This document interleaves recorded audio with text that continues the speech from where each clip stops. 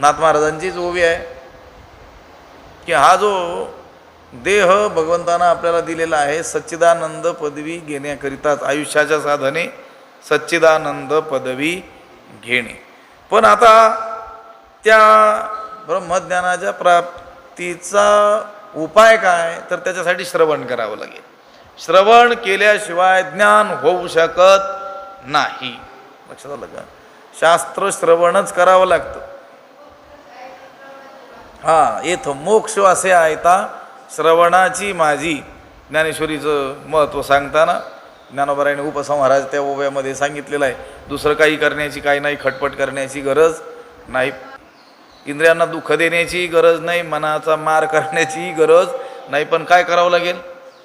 श्रवण करावं लागेल ना. आता ते श्रवण करत असताना मनाला मार द्यावाच लागतोय की. लक्षात आलं का?